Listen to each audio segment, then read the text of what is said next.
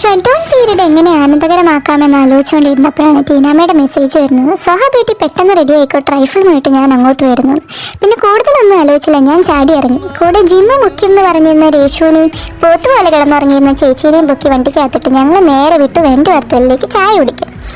ചായയുടെ കൂടെ പിന്നെ പഴംപൊരിയുടെ കാര്യം പ്രത്യേകം പറയേണ്ട ആവശ്യമില്ലല്ലോ. അങ്ങനെ ചായയും പഴംപൊരിയും നല്ല എൻജോയ് ചെയ്ത് കഴിച്ചുകൊണ്ടിരുന്നപ്പോഴാണ് ഞങ്ങളുടെ കണ്ണ് പതുക്കെ അപ്പുറത്തെ ടേബിളിലേക്ക് പോയത്. പിന്നെ അവിടുത്തെ പ്രലോഭനത്തിൽപ്പെട്ട് ഞങ്ങൾ നല്ല കീ പൊറോട്ടയും കീ ഇല്ലാത്ത പൊറോട്ടയും ഒക്കെ ഓർഡർ ചെയ്തു. ഫുഡൊക്കെ കഴിച്ച് വയറ് നിറഞ്ഞു കഴിഞ്ഞപ്പോൾ ഞങ്ങൾക്ക് ഒരു ഡ്രൈവ് പോയാലോ എന്ന് തോന്നി. അങ്ങനെ ഞങ്ങൾ ഒരു അന്തവും കുന്തവും ഇല്ലാതെ ഡ്രൈവ് ചെയ്ത് നേരെ ചെന്ന് കയറി കൊടുത്തത് ഒരു ടണലിലേക്കാണ്.